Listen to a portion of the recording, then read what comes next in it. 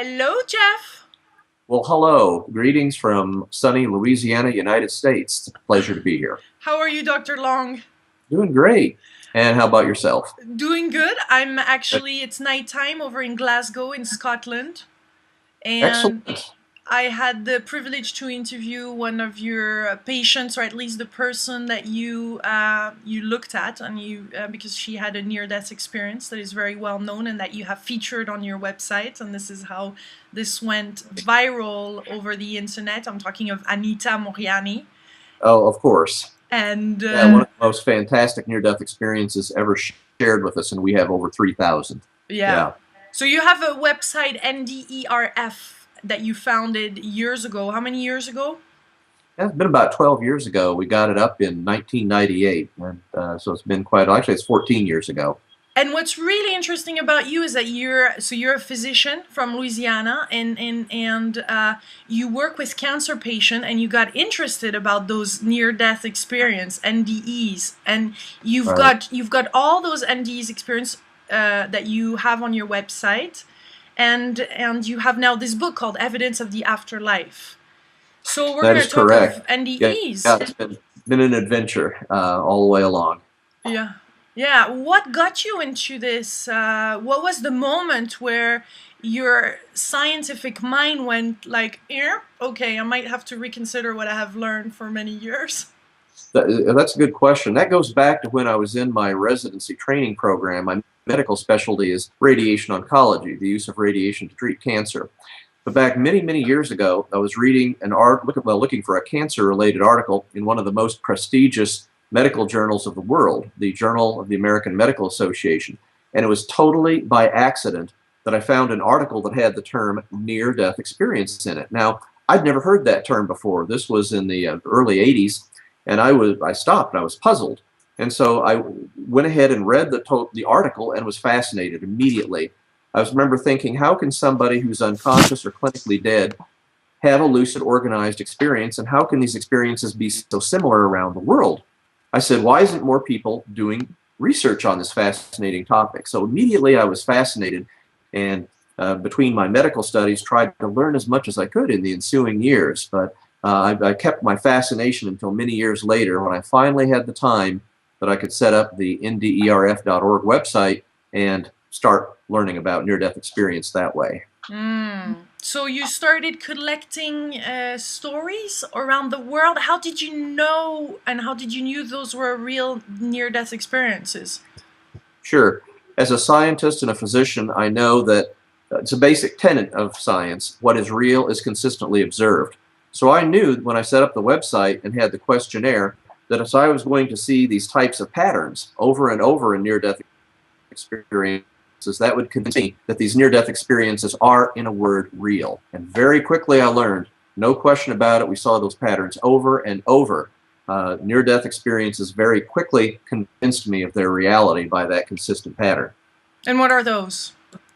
Well, while no two near-death experiences are the same, when you study as many as I have, you see what other researchers have observed, and that is very often there's, of course, that traumatic, life-threatening event. These people are so physically compromised that they're unconscious, or they may be actually dead with no spontaneous heartbeat or respiration. But at that time, they shouldn't have any memory. They do, and the typical near-death experience could include, first of all, an out-of-body experience. Consciousness separates from the body. Their consciousness may rise over their body, and from that vantage point, they may see their lifeless body and even often vividly describe their own frantic resuscitation efforts. And then following that, they may go through a tunnel, variably described. There's often a light at the end of the tunnel. Mm-hmm. And then they may enter an unearthly, and some people call them heavenly, realms because they're so beautiful. Colors are fantastic, beautiful scenery, unlike anything they've ever seen. They may have a life review at that time. They may meet people that they've known on Earth that died. These are joyous reunions. They may then reach what's called a boundary near the end of their experience. They're often feeling intensely positive emotions at this time. And then very often a decision is made about returning to their earthly body, and then boom, they return to life. They have to recover from what nearly killed them. And then after they do, they have that fantastic near-death experience to share. Is it always a fantastic experience? Not always. Near-death experiences range the spectrum. They can be very simple experiences where there's simply consciousness apart from the body, looking at themselves down their lifeless body. They may have intensely positive feelings. It can be fairly simple in the sense that there aren't a lot of elements of the experience. Other near-death experiences are fantastically more detailed, and everything in between. Mm-hmm. Mm-hmm. And what are how do you make this a scientific case? How do you actually bring some evidences to this? Sure. First of all, as a physician, I review every single near-death experience account and make sure that I'm convinced that what they're describing really was a life-threatening event. And that's helpful to have that medical background, because I can get a sense for the circumstances that they were in, and it helps corroborate their impression that they were unconscious or clinically dead. So first of all, we have that foundation. Second thing, scientifically, I know the trick is to ask in any survey redundant questions. In other words, you're asking the same question, but in a slightly different fashion, and you can compare how they respond. And the correlation between these types of redundant questions in the surveys that we run are extremely high. Further validation to me that these people are indeed answering these questions accurately. And then finally, you have the fact that what they're describing is very, very consistent. Very often they describe having information they could not possibly have known. They may describe a life review where they saw events from their early childhood that they later corroborated. They may describe what they see in that out-of-body experience, and then coming back years later or days later or months later and finding out that what they saw was indeed absolutely accurate, even if they're, for example, having a viewpoint of what things look like in the tops of tall buildings around, for example, the scene of an auto accident. So there's many, many different ways that you can draw to bear what you would scientifically call falsification of the experience. You look for what doesn't add up, what doesn't, could possibly suggest that it's not real. And at the end of the day, after having done that so many times, you're left with the fact that these experiences are absolutely real. Mm-hmm. And in the case of Anita Moviani, you actually asked her medical records, and you looked at them and have them on file? Actually, she did share a few medical records, and coupled with some, her interview with her, she was, even by a cancer doctor's perspective, breathtakingly close to death. I mean, she was really, very few people have any chance of pulling out after getting that close to death that she did. So she was, I mean, we see the whole spectrum in near-death experiences of people that, are anywhere from, simple unconsciousness to someone who's just got organ shutdown like Anita and very, very nearly died. And so Anita, even by my standards, of seeing many, many near-death experiences describing a variety of ways they get close to death, was profoundly close to death and would have died very quickly had she not probably had her experience and had what happened. Mm-hmm. And what does that? The name of your book is Evidence of the Afterlife. Right. So what are some of those things that we can expect from afterlife? Oh, absolutely. Can we expect that same thing, those same experiences of no time, full awareness, etc.? I think some of the strongest evidence about what happens when we die are these so-called shared near-death experiences, where there's a sudden life-threatening event, and then there's two or more people that literally share their experience. They're together, they can talk with their consciousness apart from the body, and they may even enter these unearthly realms interacting. And so very often in these experiences, one person, if you will, goes on and doesn't return to life, doesn't return to their earthly body, and yet the other person does. So that is some of the strongest evidence that I'm aware of, that the descriptions of what people describe in near-death experiences does really seem to be that initial path of permanent, irreversible death. And what a remarkable afterlife that suggests. That's why my book is so full of hope and has been so profoundly reassuring to so many people. First and foremost, which I think is manifestly evidence from my own research and the research of others, absolutely, there is life after death. There is a wonderful life after death, and it is for all of us. But above and beyond that, it's what that life is like at that afterlife, free of pain and suffering, intensely feelings of joy, peace, and love, that awareness that we're all connection, that awareness that love rules the universe, that place of all knowing, that place of all acceptance, profound beyond anything we can even imagine in our earthly lives. And yet there it is, our heritage for each and every one of us. Mm. It's amazing to hear about shared near-death experience, and this is something I don't think we hear much about in the mainstream, even more so, but even on the internet. What are some of the conditions that makes this possible? Yeah, shared near-death experiences, you don't hear about them much because they're relatively rare. It's Okay. very unusual where two people have a simultaneous life-threatening event, such as a bad car accident, and Okay. then, one person comes back and shares this. Shortly after my book was published, we had yet another shared near-death experience, and I might just give it as an example. There was a gentleman driving with his fiancée, terrible auto accident, and so they were both unconscious as a result of the physical trauma of the accident that they suffered. But all of a sudden, the two of them found themselves holding hands over the car, looking down at their own physical bodies down below. And they were able to communicate and talk and realize that they'd been in a very serious accident, and that it was, they were both unconscious, and that they were both having a fantastic experience together. So they were actually holding hands as they ascended up, and they went higher and higher into some unearthly realms. And there they met a small group of other beings who told them what they already knew. You've been in a severe auto accident, and communicated to them that the gentleman needed to return to his earthly body, but that the lady had been so severely injured in the auto accident that she was not going to be able to return. And these beings reached out and took the two hands which they were still holding together and separated them. And the lady went with them forward, with the beings, and the gentleman returned to his earthly body. And then only after some time he came to consciousness. But you can imagine the horror. The moment he comes to consciousness, knowing exactly what happened. He'd been in an auto accident, and he knew full well instantly on awaken, without even looking around or checking, his fiancée had died because he was a part of that experience. Mm. How do you call those experiences where there is a person on the death bed, or they're transitioning, and other people in the room feel that and feel the moment they passed away, or they're having this experience? Are these also considered shared near-death experience or not? Yeah, those are. That's a good point. The term where somebody is dying and other people in the room become aware of the time that they pass through a whole variety of mechanisms, or even the experience of the dying person being aware of deceased loved ones around them, or if you will, spiritual beings, or having intense awareness of love and peace. These are all globally known as deathbed visions, is the term. And if somebody else is around the person dying and they have that experience, those aren't shared near-death experiences, but that's a more global term, applies to those shared death experiences. So that's what. And shared death experiences, of course, we have a lot more of them. As you just mentioned, and you're absolutely correct, at the time someone is dying, and this doesn't happen very often, but it can, even if there's one and there's often a small group there, they may suddenly become aware or even see an essence of that person parting. A light is often described as separating from the physical body at the moment of death.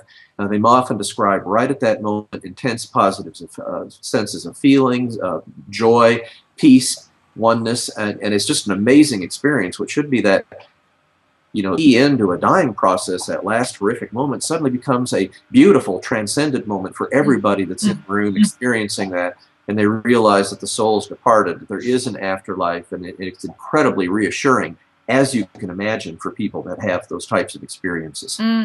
People describe that it's coming out of the head like that sometimes. Did you have that? They absolutely do. Coming out of the head is a common description about where the light or the essence or something immaterial seems to separate, but I've seen it described from really any part of the body or the entire body. So it can seem that that's true for what they describe for around the time of near-death experiences. So it seems to be head is the most common, chest probably second most common, but it can the visualizations of that essence, if you will, soul, if you will, departing, can occur anywhere, or may not be observed departing.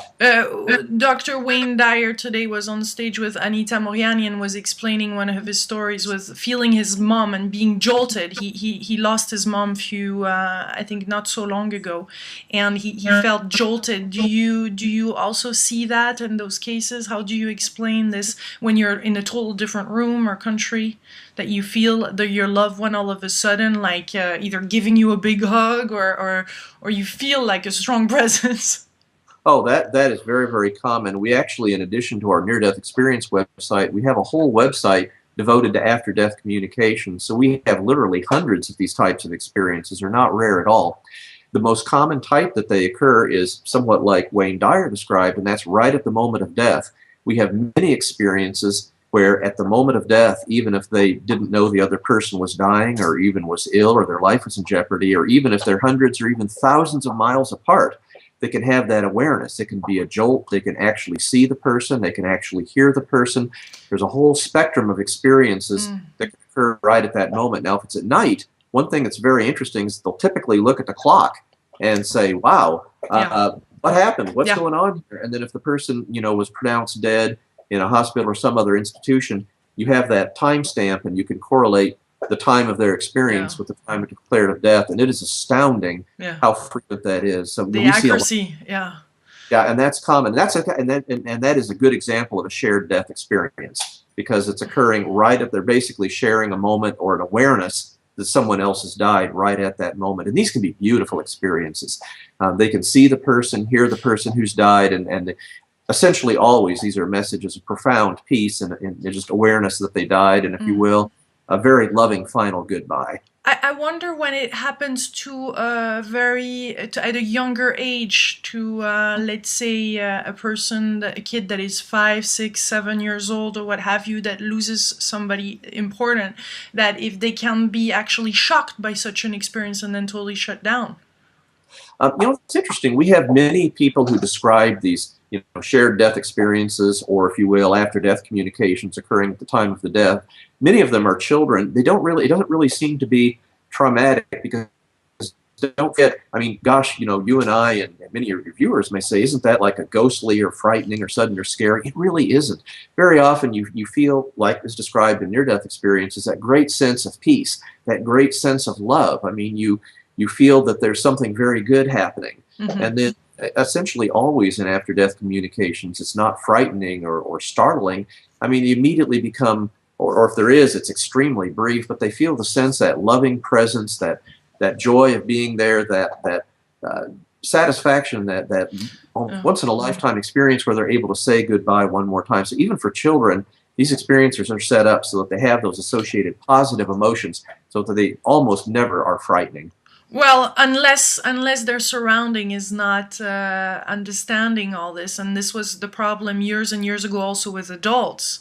But if you're around others that think you're crazy because you've seen such a thing, you can actually, I think, very much withdraw from it. And thank God for websites like yours, and that you step up early in the process. And there is now many books about it and testimonials, so people can free themselves up, thanks to Raymond Moody as well for his really, really early pioneering book. But I could see how a kid could definitely shut down after a whole spiritual realm because of that. Unfortunately, because he might not be understood by his own parents. So the parents have such a big role to play too. Right. That is such an excellent point.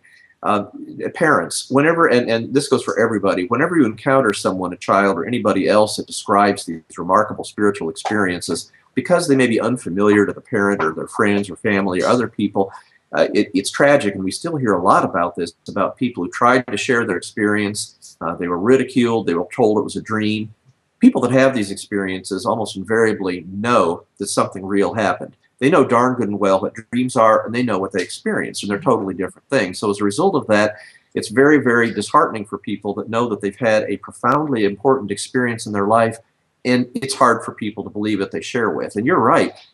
All the websites, all the books that have come out, all the remarkable stories that have been told have been a huge game changer. I will tell you, from doing this for over 14 years, early on we saw so much more of that, so much more people that had a hard time being believed, that were, if you will, shut down. And yes, they were. Oh, today, with the internet, with people aware of how common these experiences are and aware that they're real, we're seeing much less of that. You see much less healthcare team members telling people that your experience wasn't real. You see much less people, friends, people telling them that that could not possibly have happened. We know darn good and well that they happened as researchers. We have the evidence to not only prove that they happened, but they're real experiences, and that has been enormously helpful in the public accepting these experiences. People are these and age, the substantial majority of people know, for example, about near-death experiences and these types of experiences, and they're much more accepting of them than they were 10 years ago. Yeah.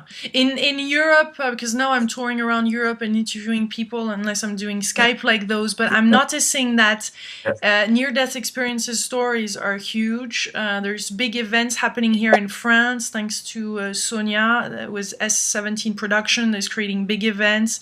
And there is, I'm noticing over in Holland with the doctor, the cardiologue, and in France, that now within hospitals there is a service, there's a department to help the patients report those kind of events and help them to walk towards death, to reassure them so that they can see those videos or testimonials of NDEs. Do you also see that in the US? How is that evolving around you?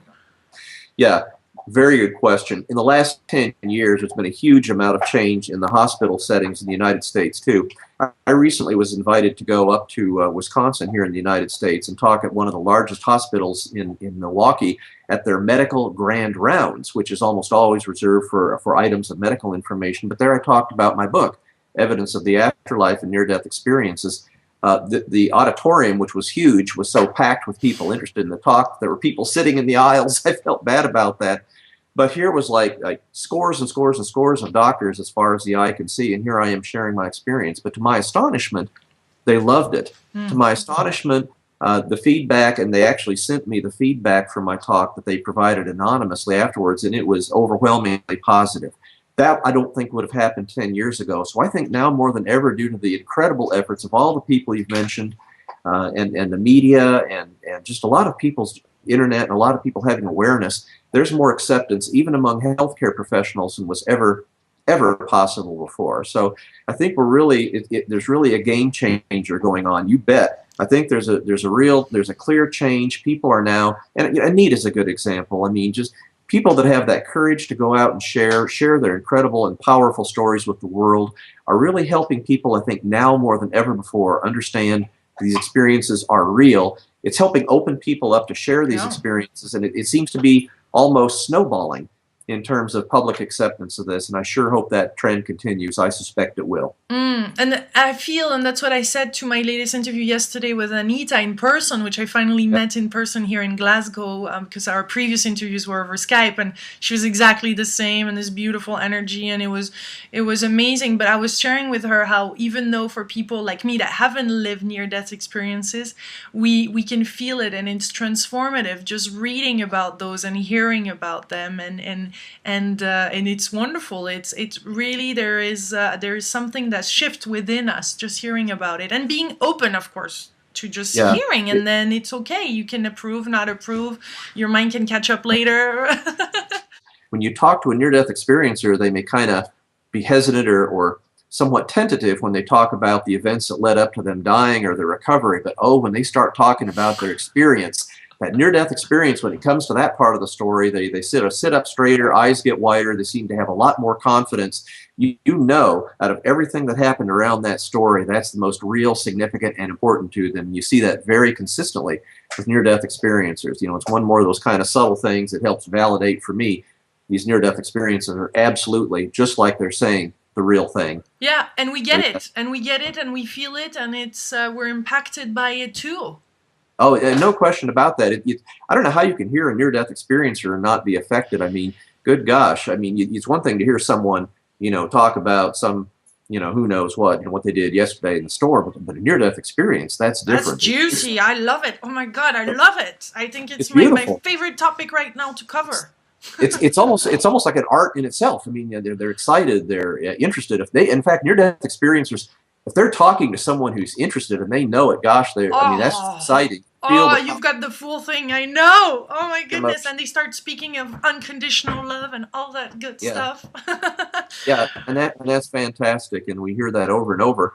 And that's part of the beauty of this. I mean, the near-death experiencers, even after hearing from over 3,000 of them in my research, I will say, even as a seasoned researcher, I still am inspired. I still, love it. I still appreciate everybody that shares with me. And it's just a never-ending source of joy to have these messages I hear. I never get tired of it, and that's after 3,000. So, Beautiful. Yeah. So anybody watching that had a near-death experience from anywhere around the world, I welcome you to go to your website nderf.org, so they can fill up the questionnaire and submit also their stories, and if they want to read your book, it's Evidence of the Afterlife. Right. Yeah, that's good. We're still accepting. We have a lot of near-death experiences, but your point's well made. Every near-death experience is important and significant, and no two are the same. And we're still learning from our research. We have a relatively new survey up where we ask questions, if you will, about the spiritual content of near-death experiences. So now more than ever, we're learning some of those very important things, like you were just saying, that sense of unconditional love. We're drilling down to find out more about that, asking questions about that. We're trying to sort of help people understand that so that we can share that back with the world. In my next book, and it's going to be exciting. The life lessons in near-death experience are huge, as far as the awareness, the total awareness, the time, the instant healing, all of it is so precious for our life right now. So that's why when I'm interviewing somebody that had those near-death experience, I keep on repeating, but please check out what you can learn in your own life right now and how you can apply it. Because as Anita shared, all the fears that she had and that she realized, it was a realization that what led her to have this cancer was this life full of fears. And then once she realized that, gone, up, I go back into my body, a few days later, up, healed. Just amazing, isn't it? I hope everyone has a chance to read her book. It is just absolutely fantastic. But, Dying to be me.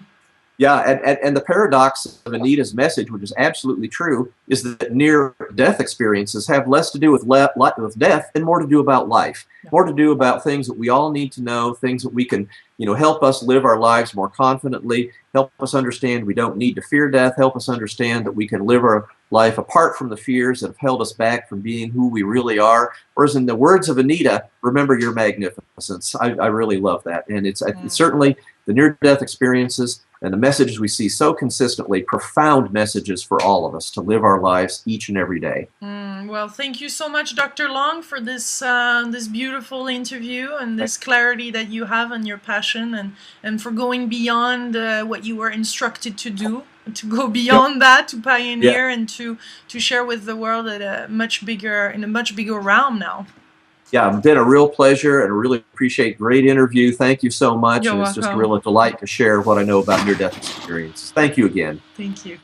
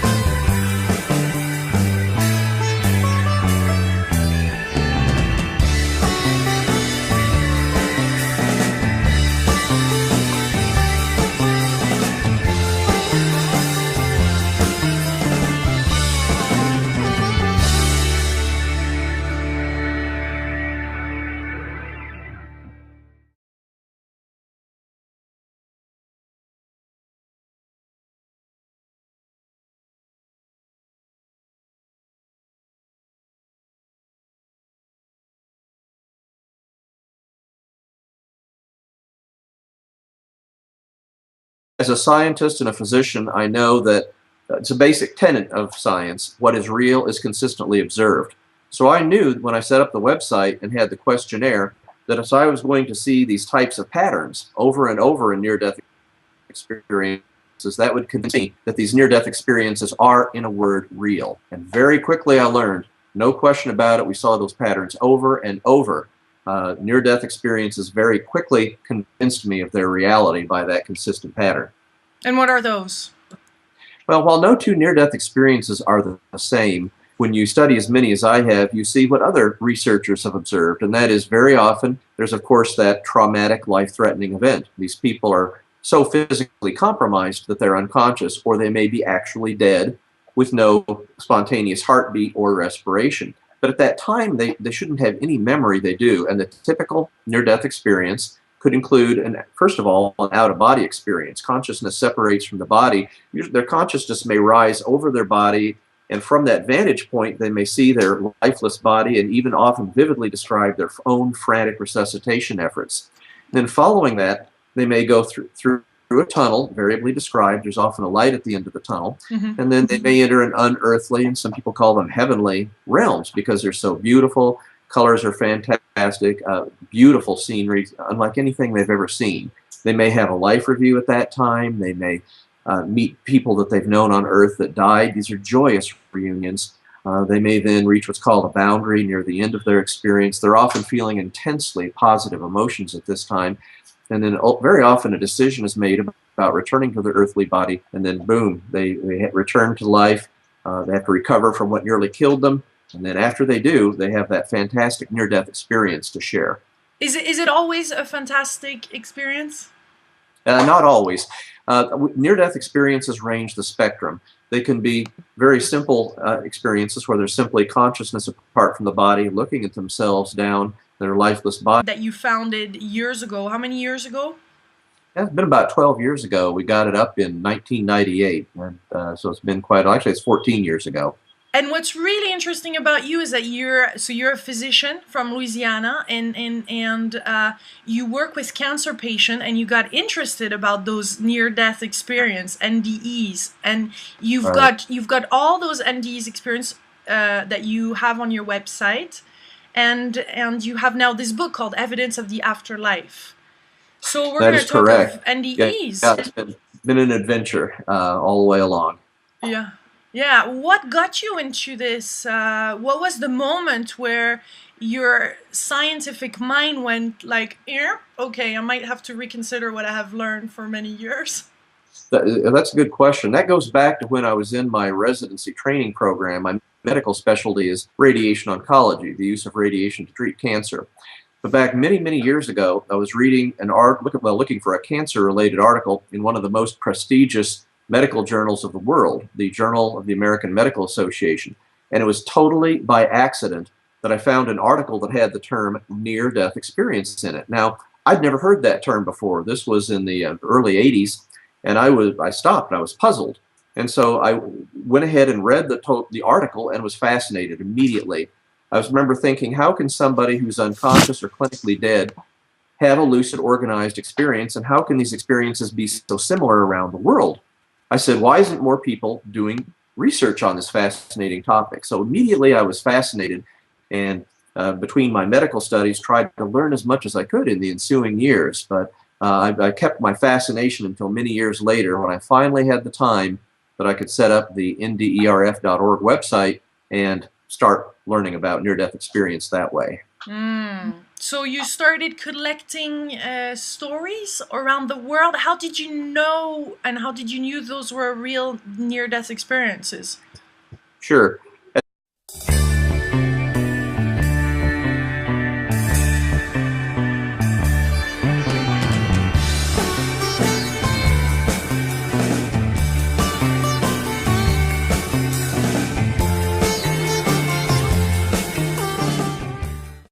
Hello, Jeff.